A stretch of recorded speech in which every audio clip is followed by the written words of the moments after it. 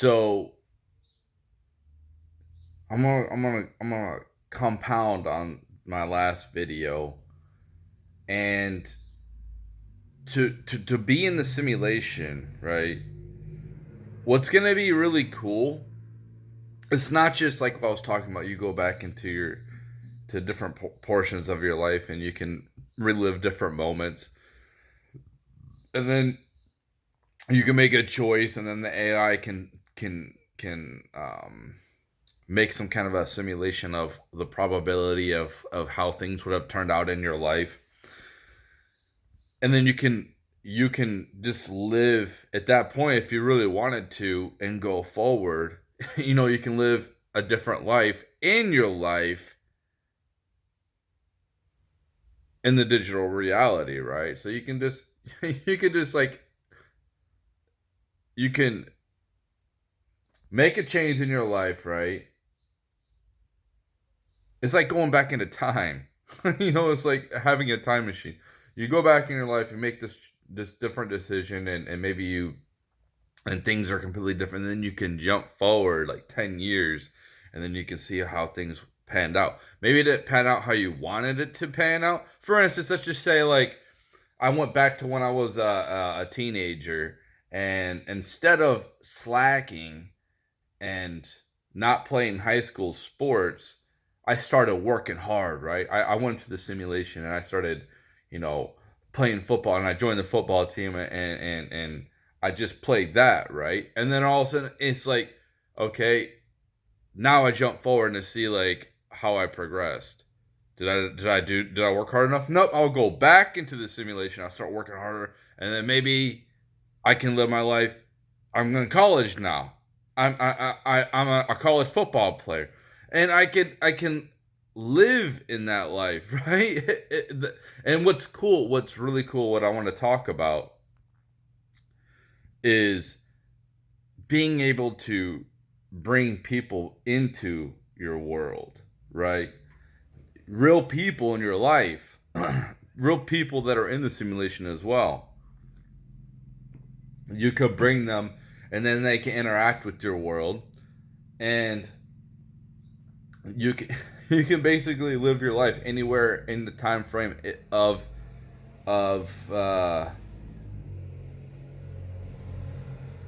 your life, right?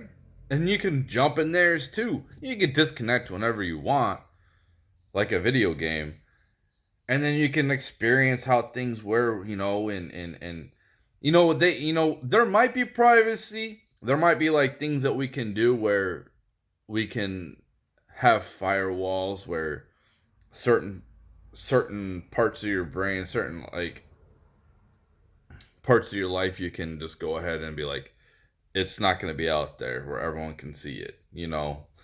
Um, it's like, I don't know. I'm not a computer expert, but I have no idea.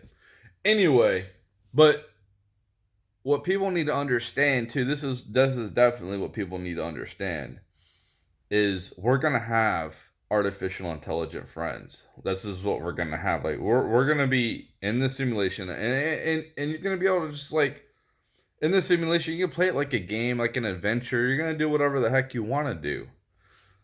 Um, or you can just do it leisurely, like, oh, I'm gonna go take a vacation, and it's like just enjoy the experience, see what it's like, look around, interact like it's just a regular day, right? And not go on some crazy adventure. But you're gonna have AI friends too, and that AI is like they're gonna it's gonna be like a real person. Check out what is the app called? It's like a AI friend. We already have it. It's a just put AI friend in your Google app, right? And then replica. Check that out. See, it's already here, and it's going to be way more sophisticated.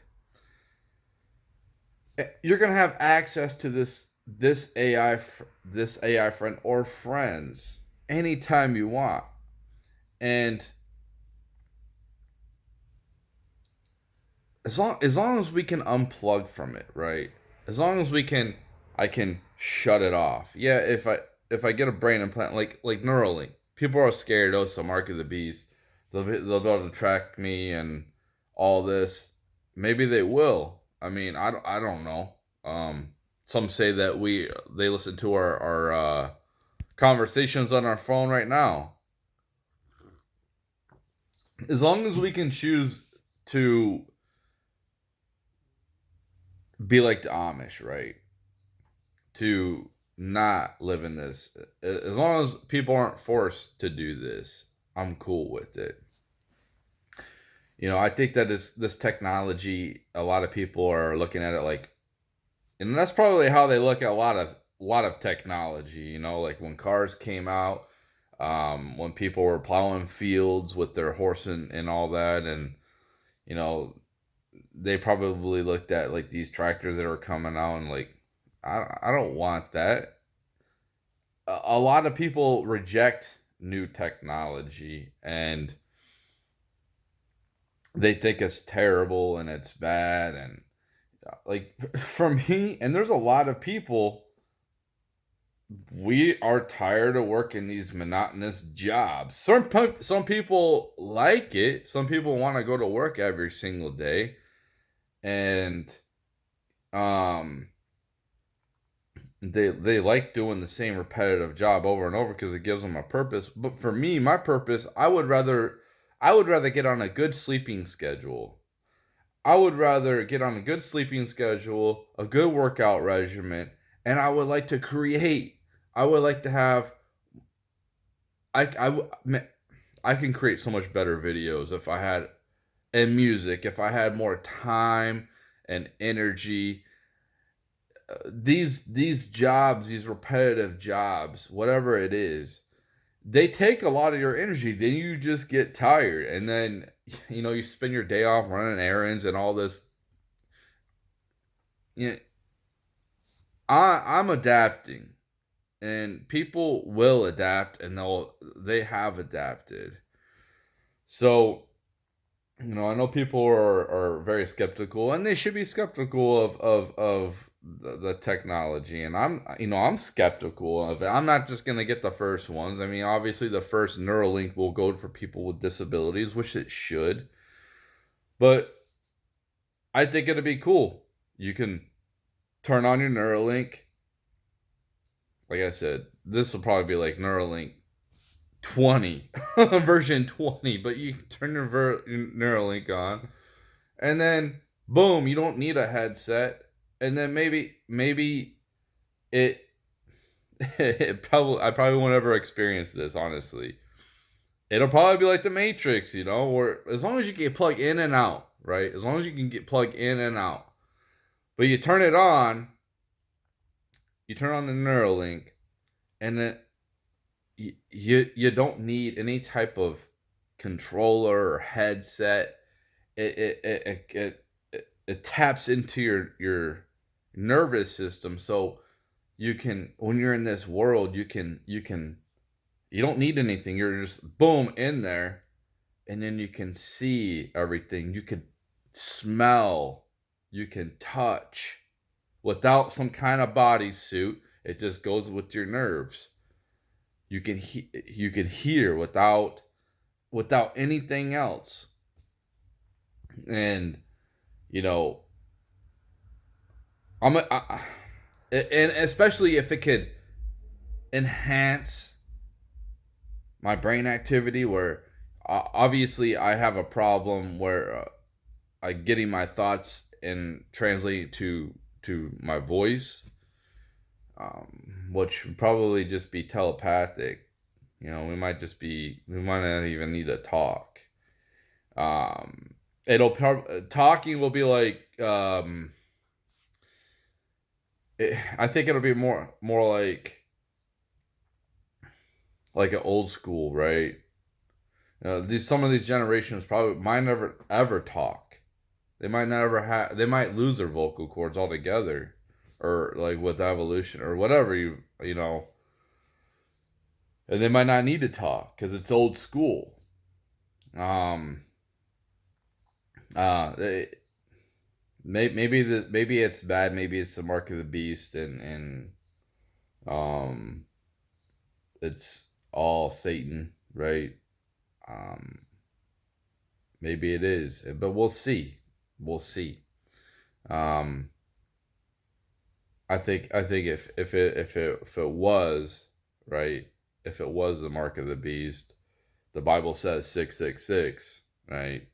So you'd have to have some kind of something telling you like this is the mark of the beast. I mean, if your phone said 666, I mean, oh, listen, we're already pretty much in a digital digital reality. Yeah, most people, a lot of people, they watch TV all the time. Like that's a simulation. That is a simulated life. Like you're watching somebody else's life on these TV shows or movies, or in a video game. You're in a simulation. You're immersed. You're merged in a simulation. Like if you're really focused in there, you're merged in that. You know.